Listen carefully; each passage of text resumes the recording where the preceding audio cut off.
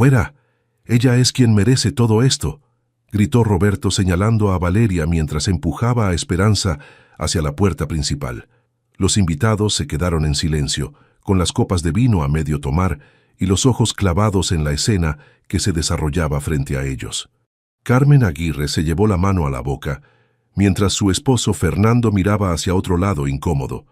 «Roberto, por favor, hablemos en privado», susurró Esperanza, tratando de mantener la compostura. «No hagas esto delante de todos». «¿En privado?» Roberto soltó una risa amarga. «Ya no hay nada privado entre nosotros. Todos aquí saben la verdad. Tú ya no perteneces a esta casa». Valeria permanecía de pie junto a la escalera, con su vestido azul perfectamente planchado y una expresión que mezclaba triunfo con incomodidad.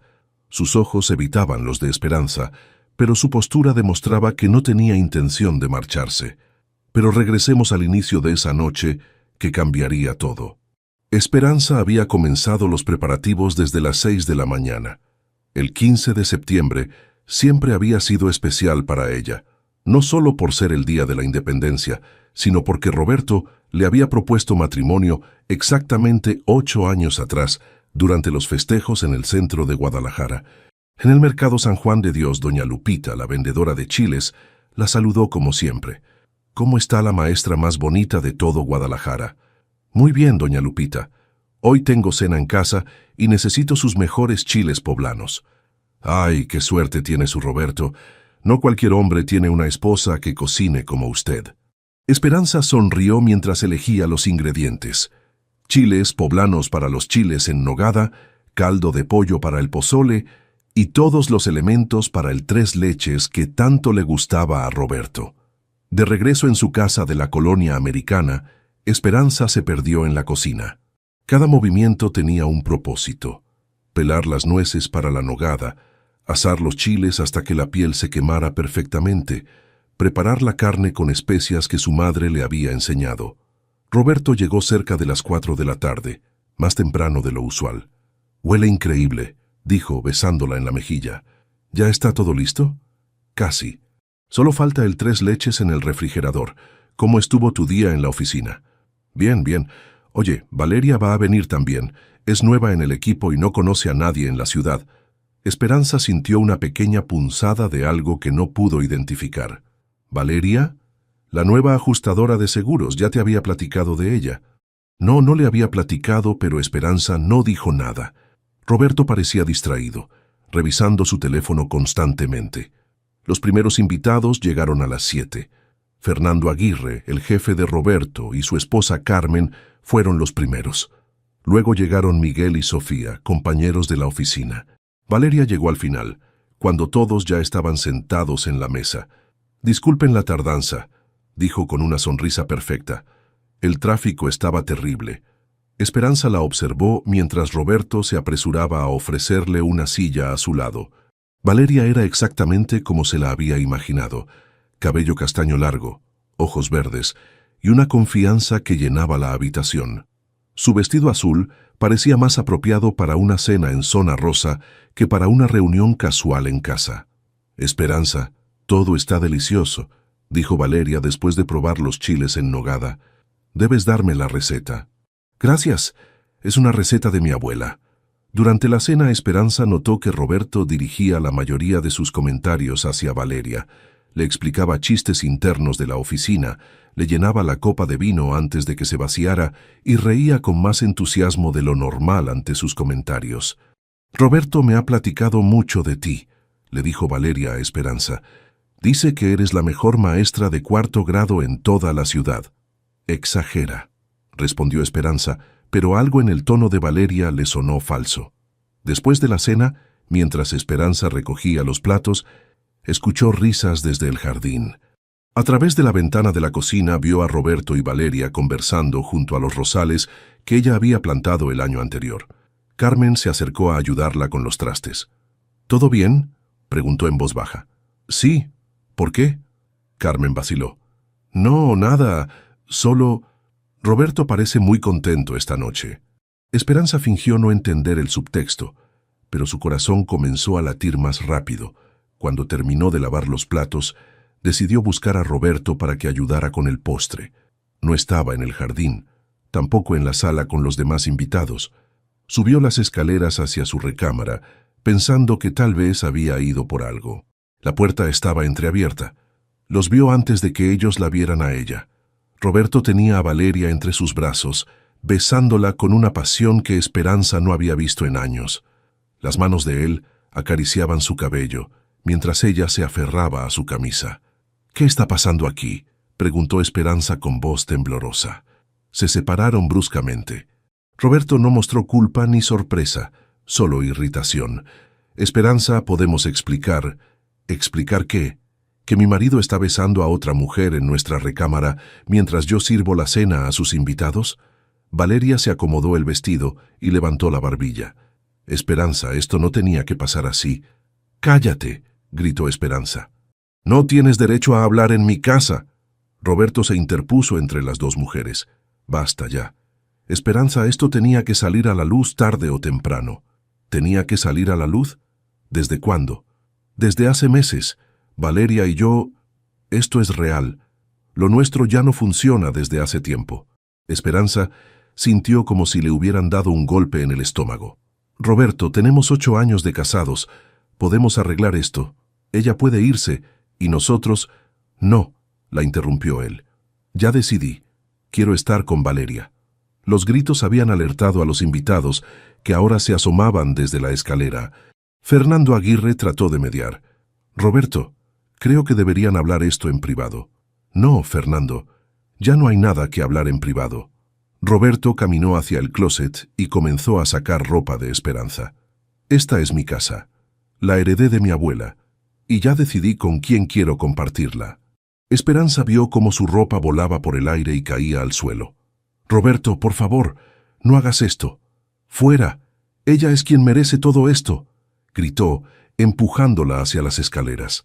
Y así fue, como Esperanza Vidal se encontró sentada en la banqueta frente a lo que había sido su hogar durante 8 años, con una maleta improvisada y la mirada de...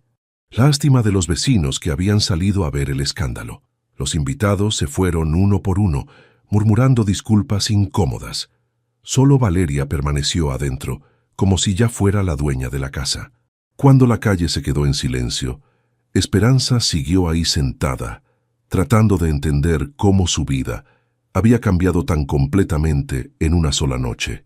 Esperanza había estado sentada en la banqueta durante casi 1 hora cuando vio acercarse a doña Remedios, su vecina de 83 años. La anciana caminaba despacio, arrastrando los pies, pero con determinación. «Mija, ven acá», le dijo con voz suave. «No puedes quedarte ahí toda la noche. Doña Remedios, no se preocupe por mí. Roberto solo está enojado. Mañana, seguramente». «No, niña, mañana no va a ser diferente», la interrumpió la anciana. «Ven, necesito enseñarte algo». Esperanza la siguió hasta la casa de al lado. La sala de doña Remedios olía a canela y medicina, con santos en cada rincón y fotografías de familia cubriendo las paredes. «Siéntate», le dijo, señalando el sofá. «Voy por algo que tienes que ver». Regresó con un sobre manila amarillento. «Hace 3 meses, cuando salí de la farmacia, vi a tu Roberto con esa mujer en el restaurante de la esquina de Chapultepec. Pensé que era trabajo, pero algo me pareció raro». Doña Remedios abrió el sobre. Empecé a prestar atención. Esperanza tomó las fotografías con manos temblorosas. La primera mostraba a Roberto y Valeria abrazados afuera de un hotel en Zona Rosa. La fecha en la parte inferior decía junio 15, 2024. «Junio», murmuró Esperanza. «Yo estaba en el curso de verano para maestros». «Sigue viendo», dijo doña Remedios con tristeza. La segunda foto los mostraba entrando a un joyería en Andares. En la tercera, Valeria llevaba puestos los aretes de perlas que Roberto le había regalado a Esperanza en su 5º aniversario, los mismos aretes que supuestamente habían robado durante el asalto a su casa en julio. «No hubo ningún robo, ¿verdad?», preguntó Esperanza, aunque ya conocía la respuesta. «No, mija, él se los dio a ella». Esperanza siguió revisando las fotos. Roberto y Valeria en el cine, en restaurantes, besándose en el carro de él. Meses de mentiras documentadas por una vecina que había decidido protegerla. ¿Por qué no me dijo nada antes? Porque esperaba estar equivocada, y porque sabía que me ibas a odiar por ser la mensajera. Esperanza abrazó a la anciana. Gracias, doña Remedios. Gracias por cuidarme. Ahora llama a tu hermana, no puedes quedarte aquí esta noche. Marisol llegó una hora después, con Diego dormido en el asiento trasero de su carro. Su hermana menor había crecido más fuerte que ella. 8 años de ser madre soltera la habían endurecido de maneras que Esperanza nunca había necesitado. ¿Dónde está ese imbécil?, preguntó Marisol viendo hacia la casa donde todavía había luces encendidas. Adentro, con ella. ¿Quieres que le vaya a partir la cara? No, Mari, solo quiero irme de aquí. El apartamento de Marisol en Colonia Mezquitán era pequeño pero acogedor. Diego tenía su propia recámara, y Marisol había convertido la sala en su espacio personal. Ahora Esperanza tendría que dormir en el sofá. Puedes quedarte el tiempo que necesites, le dijo Marisol mientras le daba sábanas. Pero mañana tienes que ir a ver a un abogado. No tengo dinero para un abogado. Yo conozco a una que es buena y barata. Patricia Morales. Maneja divorcios complicados. Esperanza se acostó en el sofá pero no pudo dormir. Cada vez que cerraba los ojos, veía la expresión de triunfo en la cara de Valeria, la frialdad en los ojos de Roberto, la lástima en las caras de los invitados. Su teléfono vibró. Un mensaje de texto de Roberto. Ven mañana por el resto de tus cosas. Estaré en el trabajo. Ni una disculpa, ni una explicación, solo una orden. Al día siguiente, Diego se despertó temprano y encontró a Esperanza llorando en la cocina mientras preparaba café. Tía Espe, ¿por qué estás triste? Porque a veces los adultos toman decisiones que lastiman a otros, mi amor. ¿Tío Roberto te lastimó? Esperanza se sorprendió de la perspicacia del niño. Sí, pero no con golpes. Hay otras maneras de lastimar a las personas. Mi maestra dice que los que lastiman a otros son los que tienen el corazón roto por dentro. Tu maestra es muy sabia. Diego la abrazó. Tú no tienes el corazón roto por dentro, tía Espe.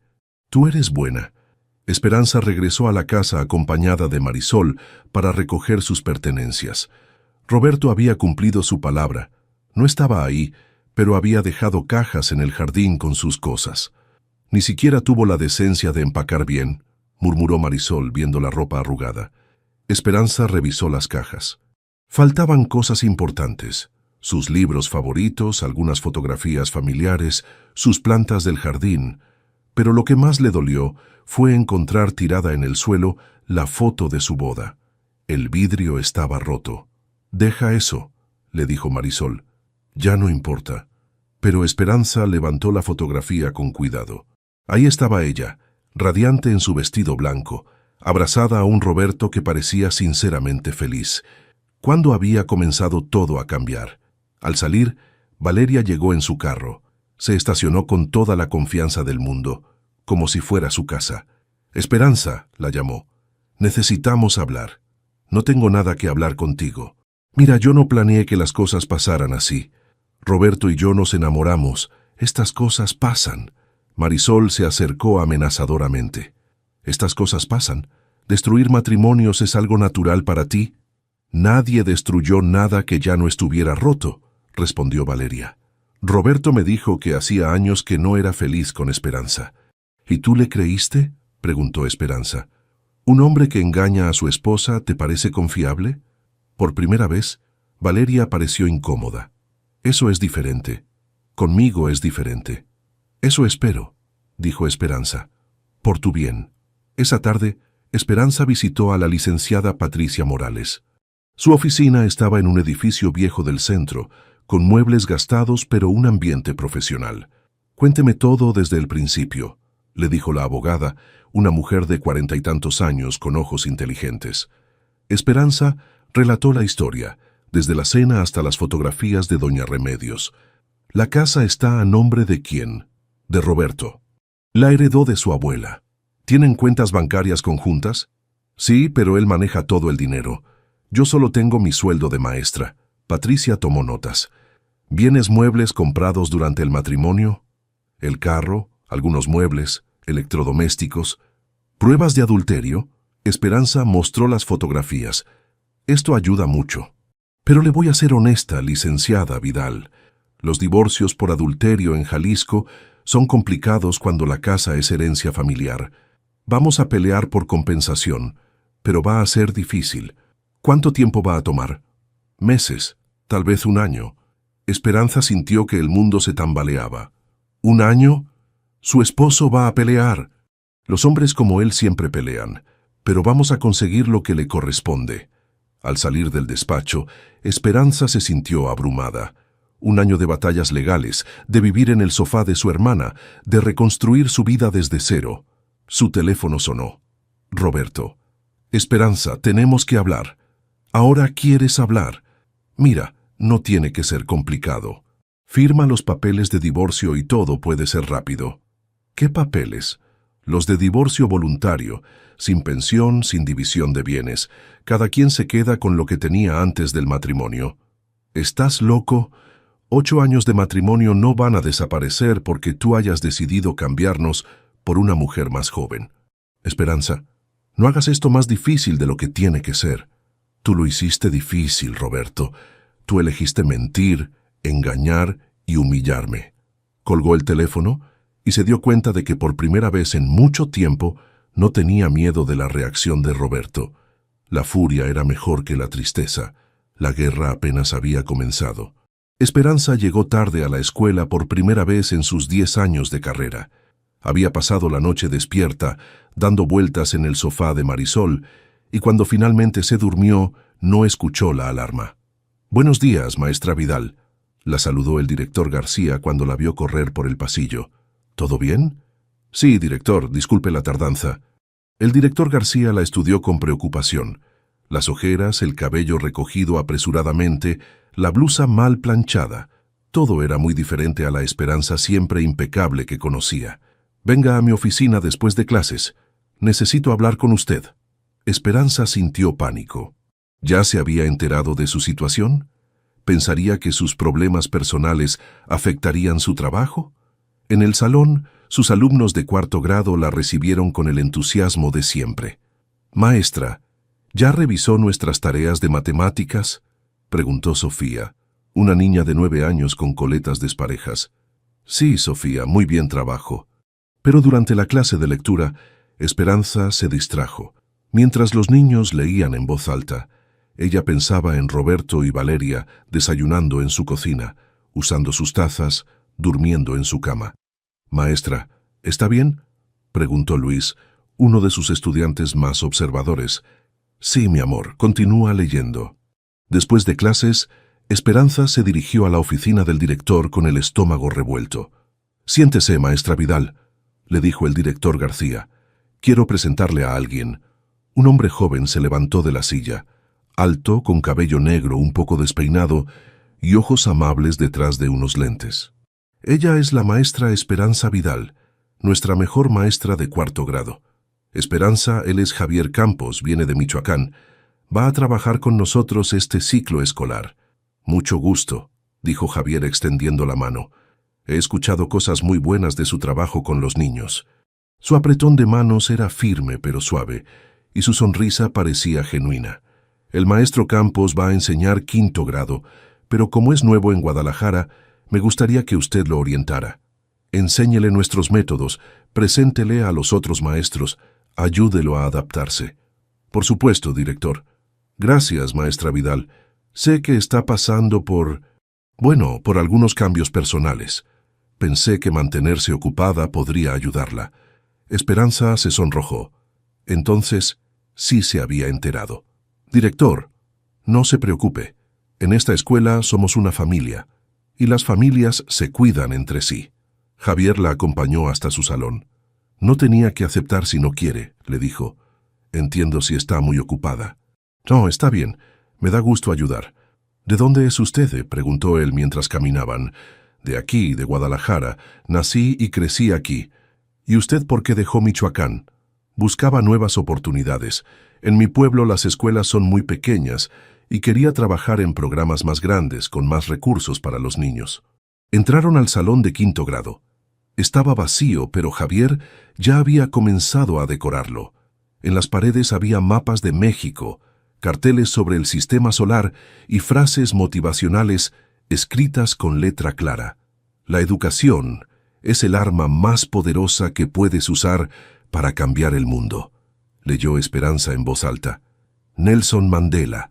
¿Le gusta? Me encanta. Es exactamente lo que necesitan escuchar estos niños. Javier sonrió. ¿Quiere tomar un café? Conozco un lugar cerca de aquí donde podemos platicar sobre la escuela. Esperanza vaciló. Hacía tanto tiempo que no salía sola con un hombre que no fuera Roberto.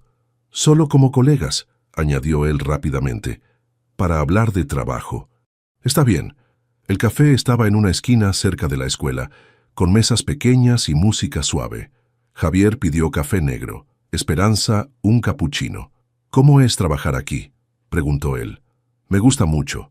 Los niños vienen de familias trabajadoras. No tienen muchos recursos, pero tienen muchas ganas de aprender. Eso es lo que más me gusta de ser maestro, ver cómo los niños descubren que pueden hacer cosas que no sabían que podían hacer. Esperanza lo observó mientras hablaba. Había una pasión genuina en su voz cuando hablaba de educación. ¿Está casado?, preguntó sin pensar y luego se sonrojó. Perdón, no es mi asunto. No se preocupe. No, no estoy casado. Estuve comprometido hace 2 años, pero no funcionó. Ella quería que me quedara en el pueblo, y yo necesitaba salir a buscar algo más. ¿No la extraña? Al principio sí, pero creo que tomé la decisión correcta. ¿Y usted? La pregunta la golpeó como un balde de agua fría. Yo estoy pasando por un divorcio. Lo siento. No debería haber preguntado. No, está bien. Es algo que va a ser obvio tarde o temprano. Javier la miró con comprensión. ¿Quiere hablar de eso? No realmente. Pero gracias. Cambiaron de tema y hablaron sobre métodos de enseñanza, sobre los programas de la escuela, sobre sus estudiantes. Esperanza se sorprendió al darse cuenta de que hacía 1 hora que no pensaba en Roberto. En las siguientes semanas, Javier se convirtió en parte de la rutina de Esperanza. Llegaba temprano para preparar sus clases y siempre la saludaba con una sonrisa. Durante los recreos conversaban sobre sus estudiantes o sobre ideas para mejorar los programas escolares. Estuve pensando, le dijo un día, ¿qué le parece si organizamos un programa de tutorías después de clases? Para los niños que necesitan ayuda extra. Me parece excelente idea, pero necesitaríamos voluntarios. Yo me ofrezco. ¿Usted estaría dispuesta? Claro. El programa comenzó 2 semanas después. Esperanza se quedaba 3 días a la semana después de clases, ayudando a niños con dificultades en matemáticas y lectura. Javier hacía lo mismo con ciencias sociales y ciencias naturales. Una tarde, mientras ayudaba a una niña con fracciones, Esperanza se dio cuenta de que por primera vez en meses se sentía útil y con propósito. «Maestra, ¿ya entendí?», preguntó la niña. «Sí, mi amor. Lo hiciste muy bien». Javier se acercó cuando la niña se fue. «Se ve más feliz últimamente». «¿Sí?» «Sí. Cuando llegó parecía que llevaba el peso del mundo en los hombros. Tal vez porque así era. ¿Y ahora?» Esperanza lo pensó. «Ahora siento que tengo un propósito otra vez». Pero los días buenos se alternaban con días difíciles. Una mañana, Esperanza tuvo su primer ataque de pánico en la escuela. Estaba explicando una lección cuando de repente sintió que no podía respirar. El salón comenzó a dar vueltas y tuvo que sentarse. «Maestra, ¿está bien?», preguntaron varios niños al mismo tiempo. «Sí, solo necesito un momento». Javier apareció en la puerta. «¿Todo bien aquí? Niños, vayan al patio a jugar mientras hablo con la maestra Vidal», les dijo. Cuando se quedaron solos, Javier cerró la puerta. «¿Qué pasó?» «No sé. De repente no podía respirar». «¿Ha tenido ataques de pánico antes?» «No. Bueno, sí. Últimamente sí». «¿Ha pensado en buscar ayuda?» Esperanza se sintió avergonzada. «No tengo dinero para un psicólogo». «Hay opciones. El IMSS tiene servicios de salud mental y conozco a una doctora que da consultas a precio accesible». Esa tarde, Javier le escribió en un papel el nombre y teléfono de la doctora Alicia Ruiz. «Solo llámela. No tiene nada que perder». Esperanza guardó el papel en su bolsa, sin saber que esa pequeña acción cambiaría el curso de su recuperación. Por primera vez desde la noche de la cena, Esperanza se fue a dormir pensando en algo positivo. Tenía un amigo que se preocupaba por ella sin querer nada a cambio. La doctora Alicia Ruiz tenía una consulta pequeña en Colonia del Valle, con sillones cómodos y una voz tranquila que hacía sentir a Esperanza como si fuera la primera vez en meses que alguien realmente la escuchaba. Los ataques de pánico son la manera que tiene su cuerpo de decirle que algo no está bien, le explicó en su segunda sesión. No es debilidad, es una reacción normal a una situación anormal. Pero me siento tan tonta. Durante 8 años viví con Roberto y no me di cuenta de nada. El engaño no habla de su inteligencia, Esperanza. Habla del carácter de él. Esperanza había comenzado las terapias gracias a la insistencia de Javier y al apoyo económico de Marisol, quien había decidido pagar las sesiones a pesar de sus propias limitaciones.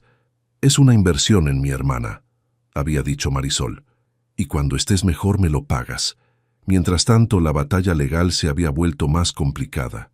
Roberto había contratado a un abogado caro, el licenciado Mendoza, conocido por defender casos difíciles con métodos cuestionables. Su esposo está alegando que usted tiene problemas mentales, le explicó Patricia Morales durante una reunión en su oficina. Dice que sus ataques de pánico demuestran inestabilidad. ¿Puede hacer eso? Puede intentarlo. Pero tenemos las fotografías y varios testigos de la cena. Su caso es sólido. Entonces, ¿por qué siento que estoy perdiendo? Patricia suspiró. Porque él tiene más dinero y mejores conexiones. Pero no se rinda, Esperanza. La justicia no siempre es rápida, pero llega. Carlos, el novio de Marisol, trabajaba en el banco donde Roberto tenía sus cuentas principales. Una noche, mientras cenaban en el pequeño apartamento, mencionó algo que llamó la atención de Esperanza. «Tu ex está moviendo mucho dinero últimamente», dijo Carlos cortando su bistec. «Retiros grandes, transferencias extrañas». «¿Eso es normal?», preguntó Marisol. «No para alguien con su sueldo. Los agentes de seguros ganan bien, pero no tanto». Esperanza se enderezó en su silla. «¿Qué tipo de movimientos?» «No puedo darte detalles por confidencialidad, pero digamos que alguien con su perfil de ingresos no debería estar manejando esas cantidades». «¿Podrías averiguar más?». Carlos la miró con preocupación. «Eso podría meterme en problemas. Solo mantén los ojos abiertos. Por favor». La respuesta llegó 2 semanas después de manera inesperada. Esperanza estaba revisando el correo que todavía llegaba a nombre de ambos cuando encontró un estado de cuenta de una tarjeta de crédito que no conocía. Los gastos eran reveladores. Joyerías caras, restaurantes de lujo, hoteles y algo que la confundió, retiros de efectivo por cantidades enormes. En los últimos 6 meses, Roberto había gastado más de 200,000 pesos. ¿De dónde está sacando este dinero?, le preguntó a Javier mientras revisaban los papeles en la sala de maestros. ¿Su trabajo paga tan bien? No. Un agente de seguros promedio gana bien, pero no esto. Javier estudió los números. ¿Ha pensado en investigar más a fondo? ¿Cómo? Bueno, si está gastando dinero que no debería tener, tiene que venir de algún lado. La oportunidad llegó cuando Elena Herrera, la madre de Roberto, la llamó por teléfono. «Esperanza, necesito hablar contigo, es importante». Se encontraron en el Parque Alcalde, en una banca bajo los árboles. Elena había envejecido 10 años en las últimas semanas. Sus manos temblaban y sus ojos estaban rojos de llorar. «¿Cómo está, señora Elena?» «Mal, hija. Muy mal. Y tú tienes derecho a saberlo». Elena abrió su bolsa y sacó una carpeta llena de papeles.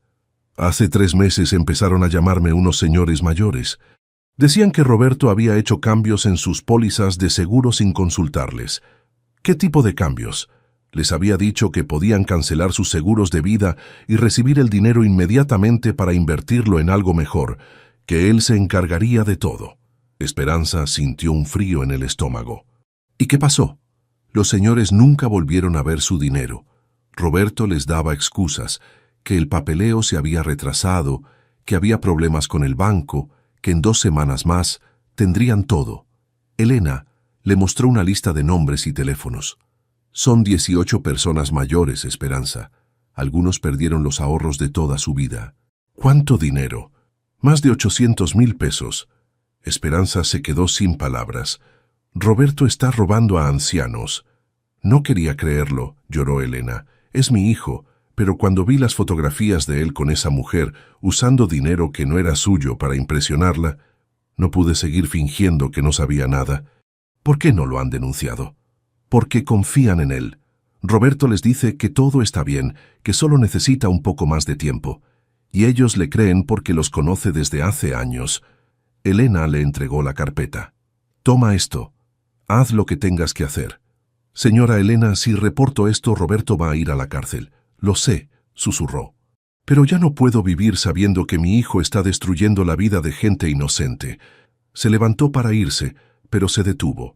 Esperanza, perdóname. Yo sabía que Roberto no te trataba bien. Lo vi en las reuniones familiares, la manera como te hablaba, como te hacía menos. Debí haber dicho algo. No es su culpa, señora Elena. Sí lo es. Las madres sabemos cuando nuestros hijos no están siendo buenas personas, y yo elegí no ver. Esa noche, Esperanza no pudo dormir. Tenía en sus manos la evidencia de que Roberto era un criminal, pero también sabía que reportarlo destruiría completamente su vida, y la de Elena. Marisol la encontró despierta en la cocina a las 3 de la mañana. ¿Qué pasa? Esperanza le contó todo. ¿Vas a reportarlo? No sé. Si lo hago, va a la cárcel. Si no lo hago, sigue robando a ancianos. Esa gente necesita su dinero para medicinas, para vivir. No es tu responsabilidad proteger a Roberto de las consecuencias de sus actos. Pero Elena va a tener que aprender a vivir con lo que su hijo hizo. Igual que tú tuviste que aprender a vivir con lo que te hizo a ti. Marisol se sentó junto a ella. ¿Sabes cuál es la diferencia entre tú y Roberto? ¿Cuál? Tú sientes culpa por algo que ni siquiera hiciste. Él no siente culpa por algo que sí hizo. Al día siguiente, Esperanza llevó la carpeta al trabajo. Durante el recreo le contó todo a Javier. ¿Qué harías tú?, le preguntó. Yo no soy quien tiene que tomar esa decisión, respondió él. Pero puedo decirte esto. Esos ancianos merecen justicia más de lo que Roberto merece protección. ¿Y si me equivoco? Esperanza, no hacer nada también es una decisión. Y esa decisión tiene consecuencias para gente inocente. Esa tarde, el teléfono de Esperanza sonó. Era un número que no conocía. «Señora Esperanza», habla Aurelio Mendoza. Su suegra me dio su teléfono. «Señor Mendoza, soy uno de los clientes de su esposo. Necesito hablar con usted. Es sobre mi dinero. El dinero que le di a Roberto hace 4 meses y que nunca he vuelto a ver». La voz del anciano se quebró. «Señora, ese era el dinero de mi seguro de vida. 150,000 pesos. Era todo lo que tenía para mis medicinas y mi renta. Roberto me prometió que en un mes lo duplicaría». Esperanza cerró los ojos. «Señor Aurelio, puede venir a verme mañana. Necesito hablar con usted». Cuando colgó, su decisión ya estaba tomada. Don Aurelio Mendoza llegó al apartamento de Marisol exactamente a las 4 de la tarde, como habían acordado. Era un hombre de 82 años, encorvado por la edad, pero con ojos todavía brillantes. Llevaba un bastón y una carpeta desgastada bajo el brazo. «Señora Esperanza, gracias por recibirme. Pase, don Aurelio. ¿Gusta un café?» «No se moleste, señora. Solo quiero que me escuche». Se sentaron en la pequeña sala. Don Aurelio abrió su carpeta con manos temblorosas. «Mi esposa murió hace 2 años. El cáncer se la llevó después de pelear mucho tiempo. Con los gastos del hospital se nos acabaron los ahorros». Esperanza escuchó en silencio mientras el anciano le contaba su historia. «Cuando Roberto me visitó en octubre, me dijo que había una manera de recuperar el dinero, que podía cancelar mi seguro de vida, y él lo invertía en algo seguro que me daría el doble en 6 meses. ¿Él fue a buscarlo a usted?» «Sí. Dijo que la compañía de seguros tenía un programa especial para clientes leales, que por mi edad y mi historial yo calificaba». Don Aurelio le mostró los papeles que había firmado. «No entendí todo, pero Roberto me explicó que era normal, que solo tenía que confiar en él». «¿Cuánto dinero era?» 150,000 pesos. Todo lo que me quedaba en el mundo». La voz del anciano se quebró. «Ahora me van a quitar mi departamento porque no puedo pagar la renta, y mis medicinas para el corazón Cuestan 2.000 pesos al mes. Esperanza sintió una rabia que no había experimentado nunca. Don Aurelio, ¿ha intentado contactar a Roberto? Sí, señora. Al principio me contestaba el teléfono y me decía que necesitaba un poco más de tiempo. Después dejó de contestarme. Ya van 4 meses. Cuando don Aurelio se fue, Esperanza se quedó viendo los papeles que él había firmado. Roberto había falsificado documentos de la compañía de seguros para hacer ver que el programa especial era real. Esa noche, Javier la llamó. ¿Cómo te fue con don Aurelio? Peor de lo que pensaba. Roberto no solo está robando, está falsificando documentos oficiales. Esperanza, tienes que reportar esto ya. Lo sé, pero tengo miedo. ¿De qué? De que Roberto trate de lastimarme. Cuando se enoja puede ser agresivo. Hubo un silencio al otro lado de la línea. ¿Te ha golpeado antes? No, nunca. Pero me ha gritado, me ha empujado. Y ahora que sabe que descubrí lo del dinero... Esperanza, no puedes dejar que el miedo te impida hacer lo correcto. ¿Y si me equivoco? ¿Y si hay una explicación? ¿Crees que la hay? Esperanza suspiró. No. El fin de semana, Esperanza y Javier fueron al parque con Diego. El niño corrió hacia los juegos mientras ellos se sentaron en una banca. Tía Espe, ¿el maestro Javier va a ser mi tío? Preguntó Diego cuando regresó. Esperanza se sonrojó. Diego, el maestro Javier es mi amigo. Pero a ti te gusta, ¿verdad? Javier rió. Tu sobrino es muy observador. Demasiado, murmuró Esperanza. Cuando Diego volvió a los juegos, Javier se acercó más a ella en la banca. ¿Te molesta que Diego diga eso? No, es solo que... No sé si estoy lista para pensar en esas cosas. No hay prisa, dijo él. Pero me gustaría que supieras que cuando estés lista, yo voy a estar aquí. Era la primera declaración romántica que alguien le había hecho en años, y por primera vez se sintió realmente deseada, no solo necesitada. Javier, no tienes que decir nada. Solo quería que lo supieras. La besó suavemente en la mejilla, un gesto tan tierno que Esperanza sintió ganas de llorar. El lunes por la mañana, Roberto apareció en la escuela. Esperanza estaba en el patio vigilando el recreo cuando lo vio caminar hacia ella con expresión furiosa. ¿Qué haces aquí?, le preguntó. Necesitamos hablar, ahora. Estoy trabajando. Mi madre me dijo que te dio unos papeles. Devuélvemelos. Los niños habían notado la tensión y se habían acercado curiosos. Esperanza no quería hacer una escena frente a ellos. Roberto, vete. Este no es el lugar. Te dije que me devuelvas lo que no es tuyo. Roberto levantó la voz. Javier apareció a su lado. ¿Hay algún problema aquí? ¿Y tú quién eres?, preguntó Roberto agresivamente. Javier Campos, maestro de esta escuela, y creo que necesita irse. No me voy a ir sin hablar con mi esposa. Ex-esposa, corrigió Esperanza.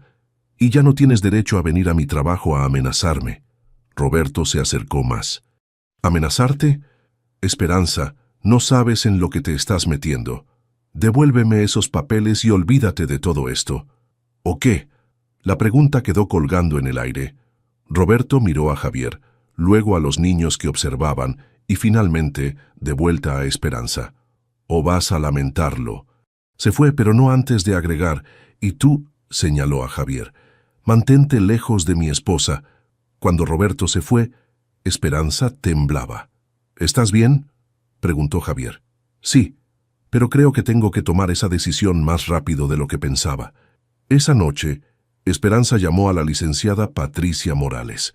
Licenciada, necesito reportar un delito. Mi ex esposo está estafando a ancianos. ¿Tienes pruebas?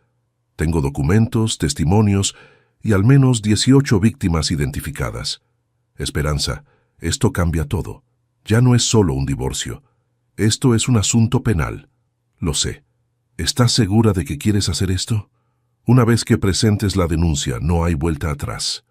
Esperanza pensó en don Aurelio, en su departamento que iba a perder, en sus medicinas que no podía comprar. Estoy segura. Muy bien. Mañana vamos a la fiscalía. Cuando colgó, Esperanza se sintió como si hubiera saltado de un acantilado. No sabía dónde iba a caer, pero ya no había manera de volver atrás. Marisol la encontró llorando en la cocina. Ya lo hiciste. Mañana presento la denuncia. Hiciste lo correcto. ¿Por qué me siento tan mal entonces?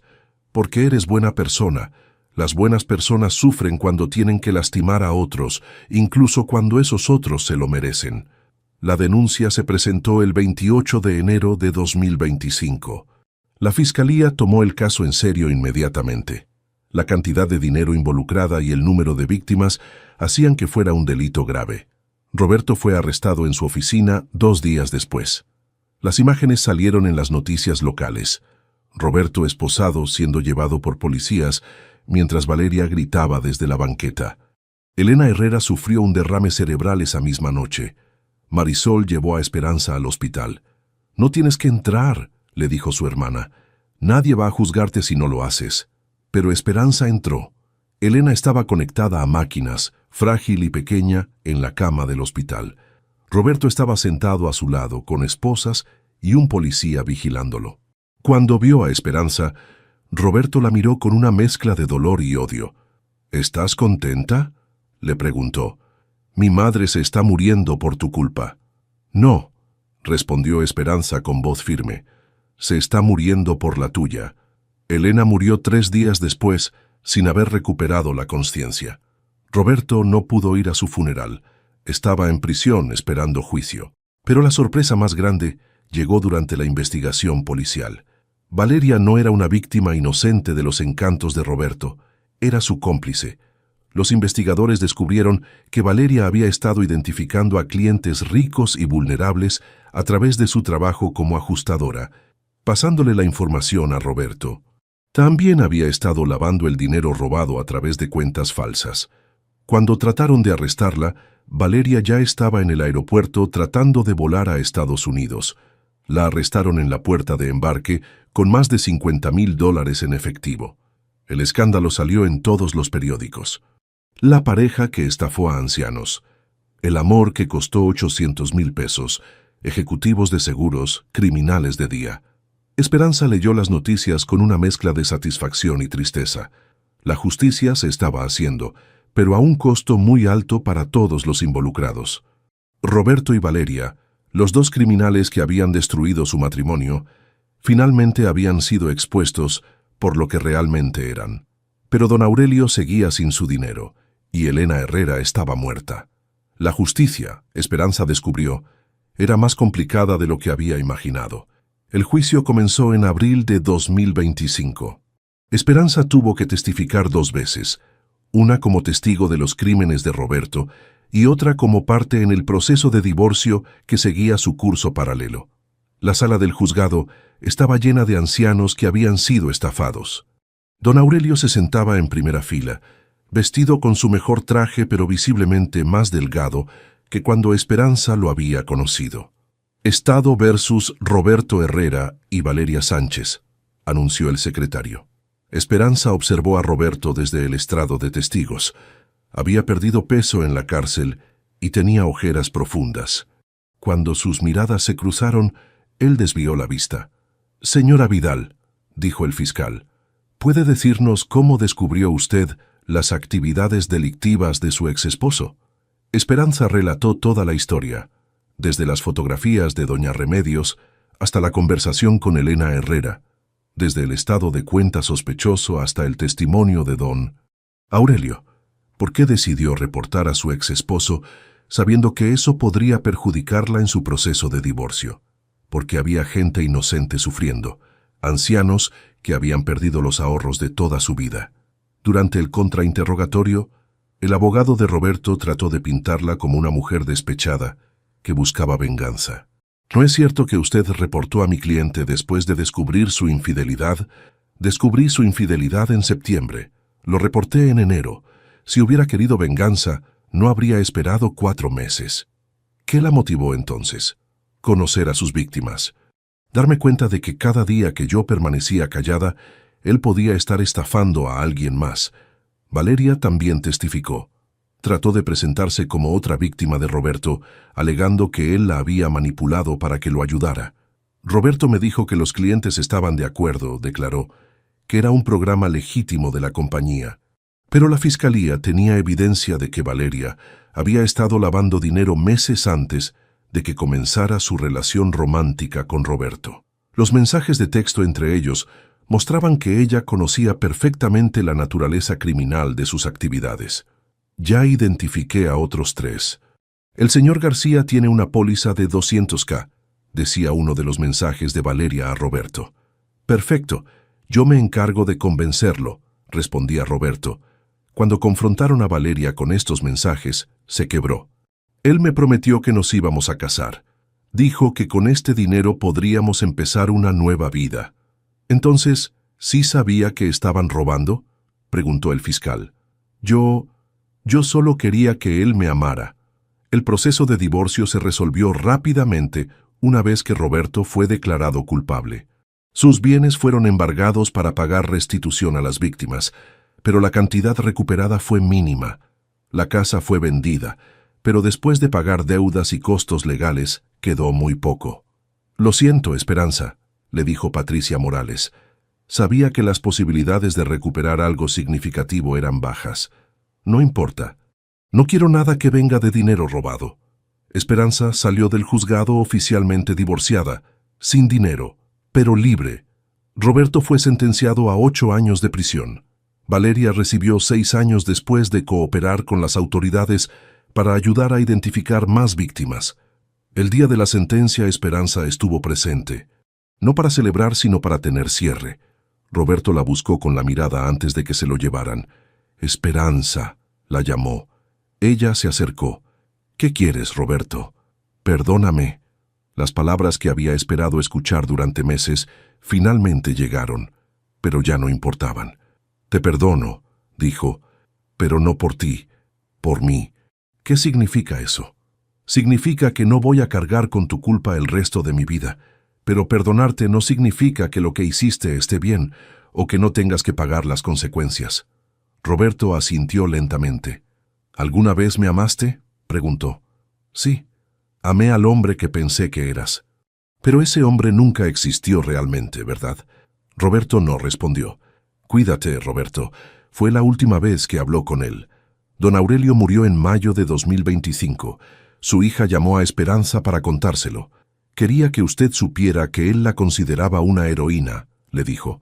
Decía que usted había sido la única persona que se preocupó lo suficiente por hacer lo correcto. Esperanza fue al funeral. Era pequeño. Don Aurelio no tenía mucha familia, pero estaban presentes varios de los otros ancianos que habían sido estafados. Durante el servicio, Esperanza se dio cuenta de algo importante. Hacer lo correcto no siempre llevaba a finales felices. Don Aurelio nunca recuperó su dinero. Murió preocupado por su situación económica, pero al menos murió sabiendo que alguien había luchado por él. Para septiembre de 2025, Esperanza había reconstruido su vida desde cero. Vivía en un apartamento pequeño pero propio.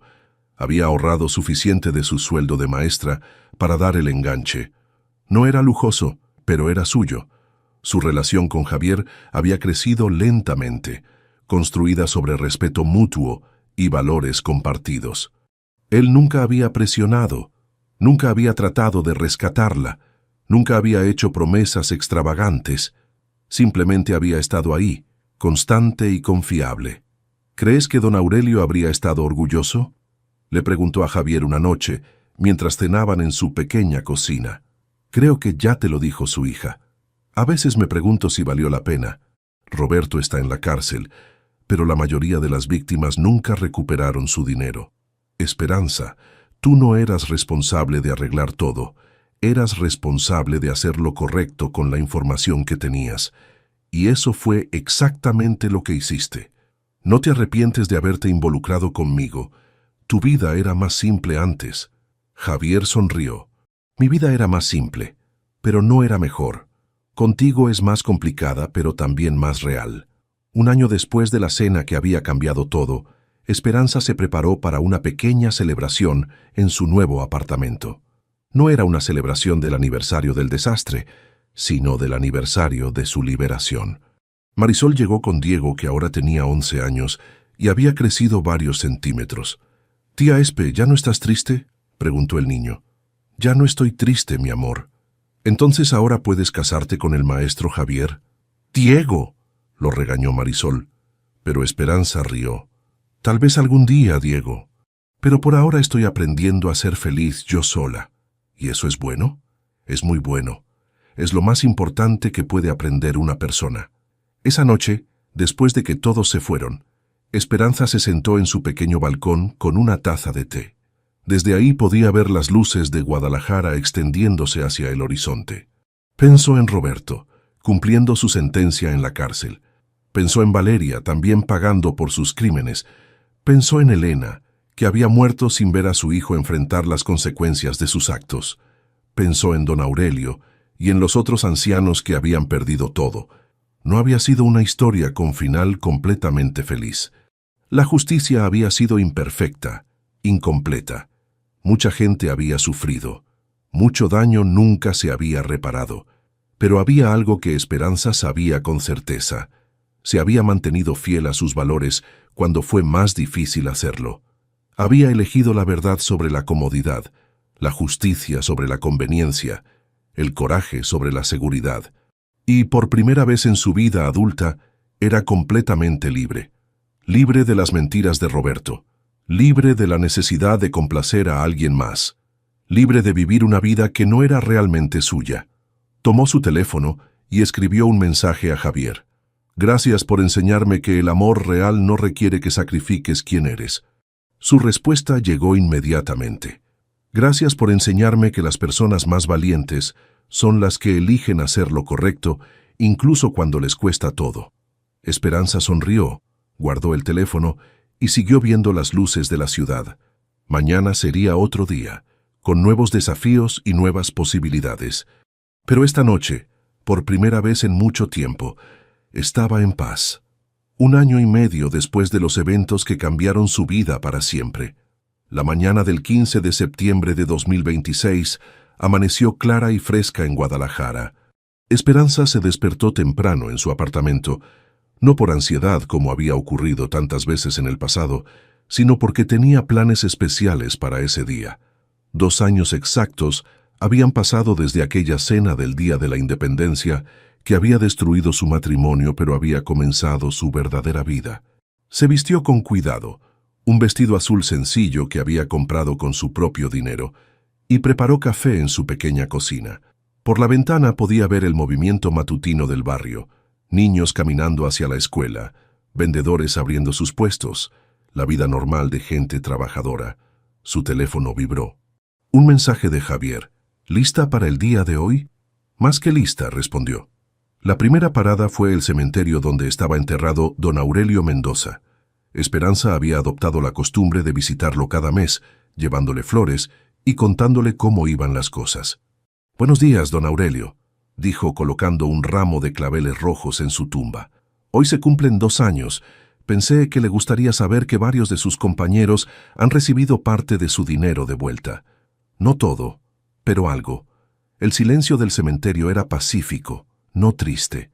También quería contarle que este año la escuela va a nombrar una beca en su honor, para niños de familias trabajadoras que necesiten ayuda con útiles escolares. Fue idea de Javier, pero a mí me pareció perfecta». Una brisa suave movió las flores.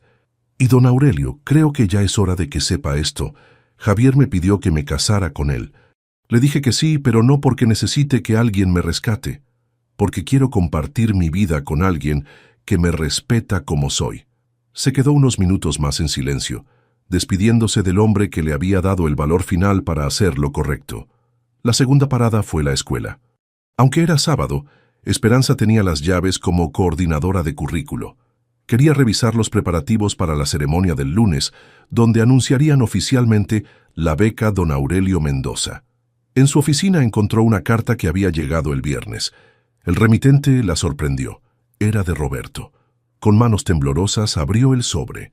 «Esperanza, sé que probablemente no quieras leer esto, pero necesito escribirlo. Han pasado 8 meses desde que comencé mi sentencia. He tenido mucho tiempo para pensar en todo lo que hice, todo lo que destruí. No te escribo para pedirte perdón otra vez. Ya me dijiste que me perdonabas y entiendo que eso no cambia nada. Te escribo para decirte algo que debí haberte dicho hace años. Tenías razón en todo. Tenías razón sobre Valeria. Me dejó en cuanto se dio cuenta de que no tenía dinero para sacarla de la cárcel. Tenías razón sobre el tipo de hombre en el que me había convertido. Tenías razón en reportarme. Aquí he conocido a algunos de los hombres a los que estafé. Don Marcelo está en el mismo pabellón que yo. Está aquí por robar comida para sus nietos después de que yo le quité sus ahorros. Cada día veo lo que mis acciones causaron. No espero que esto cambie nada entre nosotros. Solo quería que supieras que finalmente entiendo quién eras tú y quién era yo. Eres la persona más valiente que he conocido. Y espero que seas feliz. Roberto. Esperanza leyó la carta 2 veces, luego la dobló cuidadosamente y la guardó en su escritorio. No para conservarla, sino para procesarla completamente antes de decidir qué hacer con ella. Roberto había tardado 2 años, pero finalmente había entendido la diferencia entre ellos. Ella se preguntó si alguna vez habría llegado a esa comprensión sin las consecuencias de sus actos. La tercera parada fue el parque donde había hablado por primera vez con Elena Herrera. Se sentó en la misma banca y sacó su teléfono para hacer una llamada que había estado posponiendo. «Licenciada Morales, habla Esperanza Vidal». «Esperanza, qué gusto escucharla. ¿Cómo está?» «Muy bien. Le llamaba para contarle que me voy a casar». «Qué maravillosa noticia. ¿Con el maestro del que me platicó?» «Sí, con Javier. Pero también le llamaba para preguntarle algo profesional. ¿Sabe si Roberto va a salir pronto por buena conducta?» «No, Esperanza. Con la gravedad de sus crímenes y el número de víctimas, va a cumplir su sentencia completa. ¿Está preocupada?» «No realmente. Solo quería estar preparada. ¿Puedo preguntarle por qué?» Esperanza miró hacia los árboles del parque. «Porque quiero asegurarme de que cuando salga yo ya esté completamente en paz con todo, que no tenga poder para afectar mi felicidad nunca más. Por lo que veo ya llegó a ese punto». «Creo que sí». En la tarde, Marisol, Carlos y Diego llegaron al apartamento de Esperanza para la pequeña celebración. Javier había preparado una cena sencilla pero deliciosa, nada que ver con la ostentación de aquella cena de hace 2 años. «Tía Espe», dijo Diego, «¿por qué celebramos el día en que tío Roberto te echó de la casa?» «Porque ese día, sin saberlo, me dio el regalo más grande de mi vida». «¿Cuál?» «Mi libertad». Diego lo pensó seriamente. ¿Es mejor ser libre que tener una casa grande?» «Mucho mejor, mi amor. Una casa grande no significa nada si no puedes ser tú mismo adentro». Después de la cena, cuando todos se habían ido, Esperanza y Javier se quedaron en el pequeño balcón viendo el atardecer. «¿Sabes qué es lo que más me gusta de esta vista?», le preguntó Esperanza. «¿Qué?» «Que la pagué yo. Cada peso de la renta, cada mueble, cada plato. Todo esto es resultado de mi trabajo, mis decisiones, mis valores». Javier la abrazó desde atrás. «¿Te arrepientes de algo?» Esperanza lo pensó cuidadosamente. «Me arrepiento de haber tardado tanto en encontrar el valor para defender a don Aurelio y a los otros ancianos. Me arrepiento de haber normalizado por tanto tiempo la manera como Roberto me trataba. Pero no me arrepiento de haberlo reportado, aunque eso significara perder todo. ¿Y qué hay de nosotros? ¿Te arrepientes de haber esperado tanto para estar lista?» «No, necesitaba aprender a estar bien sola antes de poder estar bien con alguien más. Tú me esperaste porque entendías eso». Se quedaron en silencio viendo las luces de la ciudad encenderse una por una. «Javier, ¿puedo pedirte algo?» «Lo que quieras.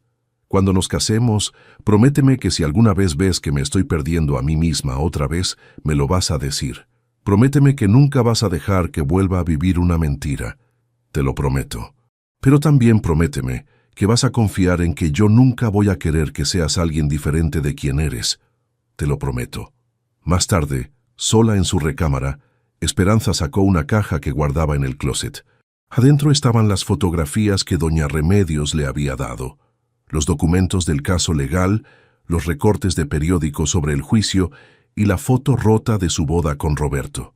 Había guardado todo no por nostalgia, sino como recordatorio de lo que podía pasar cuando una persona elegía ignorar las señales de alerta, cuando elegía la comodidad sobre la verdad. Tomó la foto de la boda y la observó por última vez. La mujer en el vestido blanco se veía feliz, pero había una inocencia en sus ojos que Esperanza ya no tenía. Esa inocencia se había perdido para siempre, pero había sido reemplazada por algo más valioso: sabiduría. Rompió la foto en pedazos pequeños y los tiró a la basura. No con amargura, sino con finalidad. Al día siguiente los llevaría todos a la escuela y los usaría en sus clases sobre toma de decisiones éticas. Las experiencias difíciles podían convertirse en enseñanzas valiosas para otros. Antes de dormirse, Esperanza escribió en el diario que había comenzado después del divorcio. 15 de septiembre de 2026. Hoy se cumplen 2 años exactos de la noche que cambió mi vida.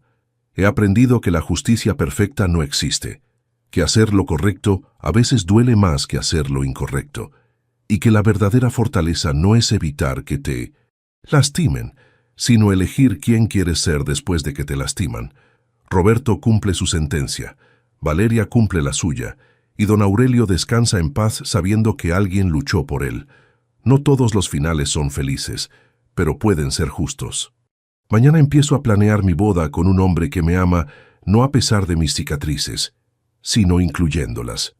Un hombre que entiende que a veces las mejores personas son las que han sido rotas y han elegido reconstruirse con más sabiduría. La mujer que era hace 2 años murió en esa cena. La mujer que soy ahora nació en los meses siguientes, en cada decisión difícil, en cada momento en que elegí la verdad sobre la facilidad. No cambiaría nada. Buenas noches, mundo. Mañana es otro día para elegir quién quiero ser. Cerró el diario, apagó la luz y se durmió tranquila. Afuera las luces de Guadalajara seguían brillando, como millones de pequeñas promesas de que siempre hay otra oportunidad de tomar la decisión correcta, otra oportunidad de ser valiente, otra oportunidad de elegir la verdad. Y Esperanza Vidal había aprendido que esas oportunidades no se desperdician cuando se viven con los ojos abiertos y el corazón dispuesto a pagar el precio de la integridad. Su historia no había terminado, apenas había comenzado realmente.